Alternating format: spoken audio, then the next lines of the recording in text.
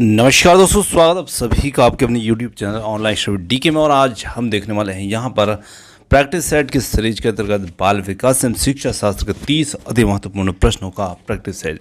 दोस्तों, ये प्रश्न आपको आने वाली आपकी टेट एग्जाम के लिए काफ़ी हेल्पफुल रहेंगे और इन प्रश्नों के माध्यम से आप अपना आकलन भी कर सकते हैं। तो आइए स्टार्ट करते हैं और देखते हैं आज के बाल विकास एवं शिक्षा शास्त्र के 30 अति महत्वपूर्ण प्रश्नों का प्रैक्टिस सेट। सबसे फर्स्ट क्वेश्चन की बात करते हैं, किस अवस्था में बालक से सीखने की सीमा और तीव्रता विकास की और किसी भी अवस्था से बहुत अधिक होती है। कहने का मतलब प्रश्न का ये है कि कौन सी अवस्था में बच्चे के अंदर सीखने और विकास की जो तीव्रता होती है वो अन्य किसी भी अवस्था से ज़्यादा देखने को मिलती है। तो यहाँ पर हम कह सकते हैं कि शैशवावस्था, बाल्यावस्था, किशोरावस्था या प्रौढ़ावस्था।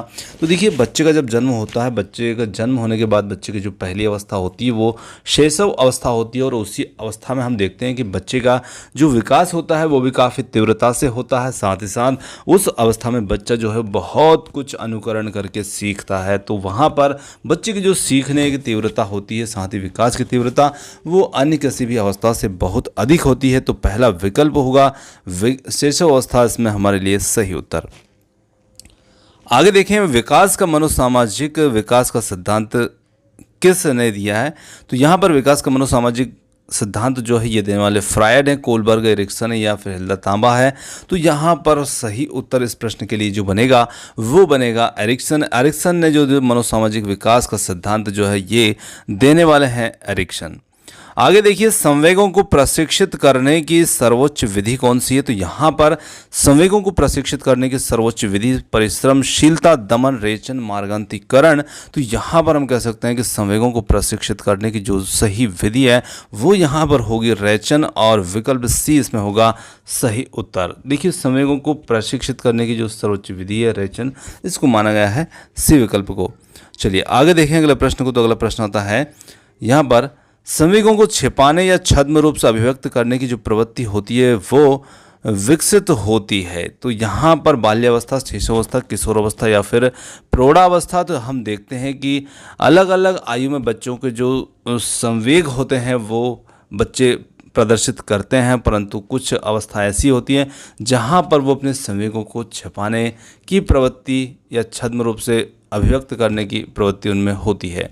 तो वो अवस्था यहाँ पर होगी बाल्यावस्था, शैशवावस्था, किशोरावस्था या फिर प्रौढ़ावस्था। तो वो अवस्था होती है किशोर अवस्था। विकल्प सी इसमें होगा सही उत्तर। आगे देखिए, प्रथम मनोवैज्ञानिक जिन्होंने व्यक्ति को जन्म से ही क्रियाशील एवं सूचना प्रकमणित प्राणी माना है वो कौन है। तो वो है ब्रूनर, पियाजे, अरस्तू या फिर जॉन डीवी। तो यहाँ पर हम कह सकते हैं कि मनोवैज्ञानिक जिन्होंने मनुष्य को जन्म से ही क्रियाशील और सूचना प्रकमणित प्राणी माना है वो हैं जीन पियाजे। विकल्प बी होगा यहाँ पर इसके लिए सही उत्तर। चलिए आगे देखें, किसने चरित्र को आदतों का पुंज कहा है। तो चरित्र को आदतों का पुंज कहने वाले स्किनर, माइकल बाउले, सैमुअल इस्माइल। तो यहाँ पर उत्तर हो जाएगा सैमुअल इस्माइल, जिन्होंने चरित्र को आदतों का पुंज कहा है। आगे देखते हैं अगले प्रश्न को। तो अगला प्रश्न आता है, किस मनोवैज्ञानिक ने कहा कि शैशवावस्था में बालक के हाथ, पैर व नेत्र उसकी प्रारंभिक शिक्षक होते हैं। तो यहाँ पर वो मनोवैज्ञानिक कौन है। रॉस हैं, रूसो हैं, टॉलमैन है या फिर बीज हैं। तो यहाँ पर मनोवैज्ञानिक जो रहेंगे वो रहेंगे रूसो। ऑप्शन बी जो होगा वो इसके लिए ठीक होगा। वह बालक जो व्यवहार से सामाजिक प्रतिमानों से विचलित हो जाता है कहलाता है। तो देखिए, वो बालक जो कि व्यवहार से सामाजिक प्रतिमान से विचलित होगा, प्रतिभावान, मंदबुद्धि बालक, अपराधी बालक या फिर पिछड़ा बालक। तो ऐसा बालक जो होता है वो अपराधी बालक हो जाता है। तो यहाँ पर विकल्प सी जो होगा वो उसके लिए उत्तर होगा। आगे देखिए, बालक के जन्म के कितने दिनों के बाद उसका वजन वापस या पुनः बढ़ने लग जाता है। तो यहाँ पर बालक के जन्म के कितने दिनों के बाद उसका वजन जो है वापस पुनः बढ़ने लग जाता है। 3 दिन बाद, 7 दिन बाद, 5 दिन बाद, या वजन तो रुकता ही नहीं, वो तो वैसा जैसा आहार दोगे वैसा ही बढ़ता रहेगा। तो यहाँ पर हम कह सकते हैं कि बालक के जन्म के कितने दिन के बाद उसका वजन पुनः बढ़ने लगता है? तो यहाँ पर सही उत्तर होगा 7 दिन के बाद उसका वजन जो है वो फिर से बढ़ने लगता है। तो देखिए, जब बालक का जन्म होता है तो जैसे ही माँ के गर्भ में उसका वातावरण कुछ अलग होता है, बाहर उसका वातावरण अलग होता है, तो यहाँ पर जब अपने आप को जब तक समायोजित नहीं कर पाता है तब तक उसका वजन जो होता है वो थोड़ा सा कम होने लगता है, मतलब कि हल्का घटने लगता है। तो बालक का जो वजन है ना 7 दिनों तक घटता है, और जैसे ही वो अपने वातावरण के 7 दिन के बाद अपने वातावरण के लिए अनुकूलित हो जाता है तो उसका वजन 7 दिन के बाद फिर से बढ़ने लगता है। तो इस प्रकार से बी विकल्प होगा इसमें सही उत्तर। आगे देखिए, आज की दुनिया के विस्तृत और उलझे हुए मानवीय संबंधों के ज्ञान के लिए सामाजिक विज्ञान का अध्ययन करना आवश्यक है, और ये कथन देने वाले कौन हैं? श्री मुनीश्वर प्रसाद वुडवर्थ, J.S. कीन्स या फिर थार्नडाइक। तो यहाँ पर ये कथन देने वाले हैं मुनीश्वर प्रसाद। विकल्प ए इसमें होगा उत्तर। सहसंबंध का अर्थ है, तो सहसंबंध का क्या अर्थ होता है? समवाय, समन्वय, आपसी संबंध या फिर है उपरोक्त सभी। तो यहाँ पर हम कह सकते हैं कि सहसंबंध का मतलब ही होता है उपरोक्त सभी, जिसमें समवाय, समन्वय या फिर आपसी संबंध कुछ भी हम कह सकते हैं। आगे देखिए, अगला प्रश्न आता है, वह शैक्षिक योजना जिसके अंतर्गत संपूर्ण वर्ष में चलने वाली प्रक्रिया का उल्लेख होता है वो क्या कहलाएगी? तो देखिए, यहाँ प्रश्न में देखेंगे आप तो जिसमें लिखा है संपूर्ण वर्ष में चलने वाली प्रक्रिया का उल्लेख, जिसमें हम करेंगे वार्षिक योजना, मासिक योजना, दैनिक योजना या फिर साप्ताहिक योजना। तो वो योजना जो होती है वो कहलाती है वार्षिक योजना कहलाएगी, और पहला विकल्प होगा इसमें सही उत्तर। आगे देखिए, प्रयोजन प्राय व्यक्तिगत तथा रिक्त स्थान होता है। तो यहाँ पर प्रयोजन प्राय व्यक्तिगत तथा रिक्त स्थान होगा, तो सामाजिक, राष्ट्रीय, आत्मिक या फिर डी है, इनमें से कोई नहीं। तो प्रयोजन प्राय व्यक्तिगत तथा सामाजिक होता है। विकल्प ए होगा इसमें यहाँ पर उत्तर। आगे बढ़ते हैं अगले प्रश्न की ओर। अगला प्रश्न आता है, सामाजिक अध्ययन विषय के शिक्षक में निम्न गुण आवश्यक है।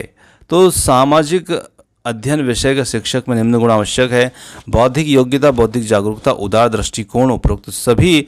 तो यहाँ पर उत्तर हो जाएगा उपरोक्त सभी, यहाँ पर डी विकल्प है। आगे देखिए, वह परीक्षा पूर्णतः वेद मानी जाएगी जिसमें निबंधात्मक प्रश्न हो, लघुत्तरात्मक प्रश्न हो, वस्तुनिष्ठ प्रश्न हो या फिर डी है उपरोक्त सभी प्रकार के प्रश्न हो। तो वह परीक्षा पूर्णतः वेद मानी जाएगी जिसमें वस्तुनिष्ठ प्रश्न हो। विकल्प सी जो होगा इसमें सही उत्तर होगा। आगे देखिए, अगला प्रश्न आता है, बाल अपराधियों की आयु होती है। बहुत अच्छा प्रश्न है और सरल सा प्रश्न भी है, प्रश्न में ही उत्तर छुपा हुआ है। बाल अपराधी, तो देखिए बाल अपराधी का मतलब है बालक हम किनको मानते हैं, तो जिनकी आयु 18 वर्ष से कम होती है वो सभी बालक या अवयस्क होते हैं, बच्चे होते हैं। तो निश्चित रूप से अब बाल अपराधी की आयु जो होगी वो 18 वर्ष से कम होगी। तो कहने का मतलब है विकल्प सी इसके लिए सही उत्तर होगा, जहां 18 वर्ष से कम इनकी आयु होगी, क्योंकि जैसे ही 18 वर्ष से ऊपर इनकी आयु जाएगी तो ये बाल अपराधी नहीं होंगे, ये सीधे वयस्क अपराधी बन जाएंगे। तो यहाँ पर सी विकल्प इसके लिए उत्तर होगा। आगे देखिए, अगला क्वेश्चन आता है, सबसे अधिक गहन और जटिल समाजीकरण किस अवस्था में देखने को मिलता है, किस काल में देखने को मिलता है? और बहुत सरल सा प्रश्न है, काफ़ी बार पूछा गया प्रश्न है। किशोर अवस्था, पूर्व बाल्यावस्था, प्रौढ़ावस्था या फिर है व्यक्ति के पूरे जीवन में? तो यहाँ पर सही उत्तर बन जाएगा किशोर अवस्था। ऐसी अवस्था होती है जहाँ पर सबसे अधिक गहन और जटिल समाजीकरण काल होता है। चलिए, विकल्प है इसके लिए सही उत्तर होगा। आगे देखिए, प्रतिभाशाली छात्र अपराधी कब बन जाता है अथवा किशोरों में द्वंद्व उभरने का प्रमुख कारण क्या है? तो यहाँ पर हम देखें तो प्रतिभाशाली छात्र कब अपराधी हो सकता है, कब अपराधी बन सकता है, तो फिर किशोरों में द्वंद्व उभरने का प्रमुख कारण क्या है? तो देखिए, निराश व निस्सहाय होने पर, अवसरों की प्रतिकूलता होने पर, स्वप्न दर्शन के कारण, पीढ़ियों के अंतर पड़ जाने के कारण। तो यहाँ पर हम कह सकते हैं कि अवसरों की जब प्रतिकूलता होती है वहाँ पर प्रतिभाशाली छात्र भी अपराधी हो सकता है अथवा किशोरों में द्वंद्व उभर सकते हैं। चलिए, बहुत अच्छा प्रश्न था। आगे देखिए, अगला प्रश्न आता है एलेक्सिया क्या है। तो एलेक्सिया क्या है? तो एलेक्सिया पढ़ने की अक्षमता है, लिखने की अक्षमता है, सीखने की अक्षमता है, या फिर सुनने की अक्षमता है। तो देखिए, एलेक्सिया जो है ये सीखने की अक्षमता है, ये सीखने से संबंधित दोष है। विकल्प सी होगा इसमें उत्तर। बालक इच्छित दिशा में जाने की क्रिया करता है, वह कार्य प्याजे की किस अवस्था का है? तो देखिए, बालक इच्छित दिशा में जाने की क्रिया करता है, यह कार्य प्याजे की कौन सी अवस्था का होगा? संवेदी क्रियात्मक अवस्था, पूर्व क्रियात्मक अवस्था, मूर्त क्रियात्मक अवस्था, या फिर औपचारिक क्रियात्मक अवस्था। तो यहाँ पर सही उत्तर इसके लिए जो बनेगा वो बनेगा यहाँ पर संवेदी क्रियात्मक अवस्था। जी हाँ, संवेदी क्रियात्मक अवस्था जो होगा ये होगा इसके लिए सही उत्तर। चलिए, आगे देखेंगे अगले प्रश्न की ओर। अगला प्रश्न आता है बालक जब लगभग 6 वर्ष का हो जाता है तब उसकी मानसिक योग्यताओं का लगभग पूर्ण विकास हो जाता है, और ये कथन देने वाले कौन है? तो यहाँ पर बालक जब 6 वर्ष का लगभग हो जाता है तो उसकी मानसिक योग्यताओं का लगभग पूर्ण विकास होगा। ये कथन किलपैट्रिक, रास, क्रो एंड क्रो, या फिर जॉन लॉक। तो यहाँ पर हमारा सही उत्तर जो होगा वो होगा क्रो एंड क्रो। विकल्प सी इसके लिए सही होगा। आगे देखें, अगला प्रश्न आता है बच्चे के विकास के सिद्धांतों को समझना शिक्षक की सहायता करता है। बच्चे के विकास के सिद्धांतों को समझना शिक्षक की सहायता करता है। तो निश्चित रूप से बच्चे के विकास के सिद्धांतों को समझना मतलब बाल विकास को समझना शिक्षक की किस प्रकार से मदद करता है? शिक्षार्थी की आर्थिक पृष्ठभूमि को पहचानने, शिक्षार्थी को क्यों पढ़ना चाहिए, या औचित्य स्थापित करने, या फिर शिक्षार्थी की भिन्न भिन्न अधिगम शैलियों को प्रभावी रूप से संबोधित करने, या फिर शिक्षार्थी के सामाजिक स्तर की पहचान करने। तो देखिए, बाल मनोविज्ञान जो है उसका ज्ञान शिक्षक को किस प्रकार से मदद करेगा? शिक्षार्थियों की भिन्न अधिगम शैलियों को प्रभावी रूप से संबोधित करने में। विकल्प सी होगा यहाँ पर इसके लिए सही उत्तर। आगे देखेंगे, अगला प्रश्न आता है व्यक्ति में अपनी भावना संवेग का दमन करने की प्रवृत्ति विकसित होती है, शैशवावस्था में, बाल्यावस्था में, किशोरावस्था में, या फिर प्रौढ़ावस्था में। तो यहाँ पर सही उत्तर जो होगा ये होगा बाल्यावस्था में। विकल्प बी होगा यहाँ पर सही उत्तर। चलिए, आगे देखिए, अगला क्वेश्चन आता है बाल विकास को सर्वाधिक प्रभावित करने वाला कारक है। तो यहाँ पर कारक कौन सा होगा जो सबसे ज़्यादा प्रभावित करेगा? यौन शिक्षा, सुंदर विद्यालय, खेलकूद का मैदान, बुद्धि परीक्षण। तो यहाँ पर उत्तर हो जाएगा खेलकूद का मैदान। आगे बढ़ते हैं अगले प्रश्न की ओर। बालक सर्वप्रथम उत्तेजना का अनुभव करता है और बाद में संवेगों को प्रकट करता है। बालक का बचपन में रोने का तरीका थोड़ा बहुत अलग होता है, बड़ा होने पर अलग होता है। तो बड़ा होने पर वो मन ही मन रोता है। तो यहाँ पर जो सिद्धांत है वो कौन सा सिद्धांत है?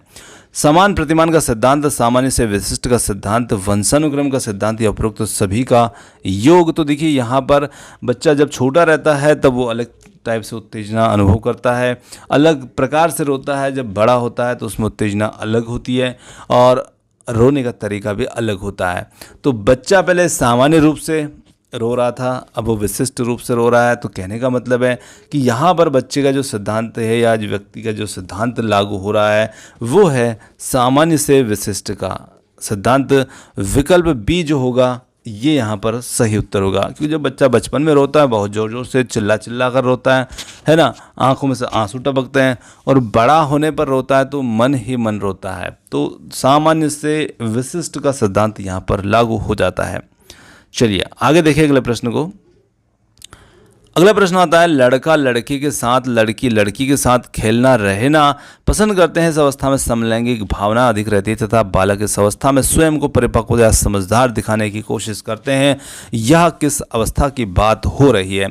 किशोर अवस्था, बाल्यावस्था, उत्तर किशोर अवस्था, या फिर पूर्व किशोर अवस्था? तो यहाँ पर जो अवस्था है वो बाल्यावस्था की बात हो रही है। विकल्प बी होगा इसमें उत्तर। आगे देखिए, नवजात शिशु को आगे कोई भी वस्तु लाने पर वह हाथ पैरों से उस वस्तु को पकड़ने की कोशिश करता है, और इस क्रिया को हम कहते हैं मोरो अवस्था, रोटिंग अवस्था, बैलेंसिंग की अवस्था, या फिर शेषो अवस्था। तो यहाँ पर ये जो अवस्था होती है उसे हम मोरो अवस्था कहते हैं, और विकल्प ए होगा इसके लिए सही उत्तर। आगे बढ़ते हैं अगले प्रश्न की ओर। पुरुष स्त्रियों की अपेक्षा ज़्यादा बुद्धिमान होते हैं, यह कथन सही हो सकता है? लैंगिक पूर्वाग्रह प्रदर्शित करता है, बुद्धि के भिन्न पक्षों के लिए सही है या फिर डी है सही है। तो यहाँ पर हमारा सही उत्तर होगा पुरुष स्त्रियों की अपेक्षा ज़्यादा बुद्धिमान होते हैं, ये कथन लैंगिक पूर्वाग्रह को प्रदर्शित करता है। विकल्प बी होगा इसमें सही उत्तर। चलिए आगे देखें, वह विधि जो ज्ञानेंद्रियों से सीखने की विधि है कहलाएगी स्रोत संदर्भ विधि, कहानी विधि, भ्रमण विधि, कार्यगोष्ठी विधि। तो यहाँ पर वो विधि जो है भ्रमण विधि कहलाएगी, जो कि ज्ञानेंद्रियों से सीखने से की विधि है। तो यहाँ पर जब बच्चे भ्रमण करते हैं तो प्रत्यक्ष अनुभव करते हैं और अपनी सभी इंद्रियों का वो प्रयोग भी करते हैं। आगे देखिए, अगला प्रश्न आता है, शिक्षण का परंपरागत साधन है। तो शिक्षण का परंपरागत साधन कौन सा? श्यामपट्ट, पाठ्यपुस्तक, कहानी या फिर उपरोक्त सभी। तो यहाँ पर जो साधन हम देख पा रहे हैं ये सभी साधन शिक्षण के परंपरागत साधन हैं, जिनका उपयोग पहले से ही होता आ रहा है। तो यहाँ पर डी विकल्प हो जाएगा इसके लिए सही उत्तर। तो दोस्तों यहाँ पर आज के हमारे बाल विकास एवं शिक्षा शास्त्र के 30 अति महत्वपूर्ण प्रश्न जो थे ये समाप्त होते हैं। क्वेश्चन आपको कैसे लगे कमेंट्स करके ज़रूर बताइएगा, और वीडियो पसंद आया तो वीडियो को लाइक, शेयर, चैनल को सब्सक्राइब करना मत भूलिएगा। आपने जो समय दिया उसके लिए बहुत बहुत धन्यवाद। Thanks for watching. मिलते हैं जल्दी ही एक और नए किसी वीडियो के साथ। धन्यवाद।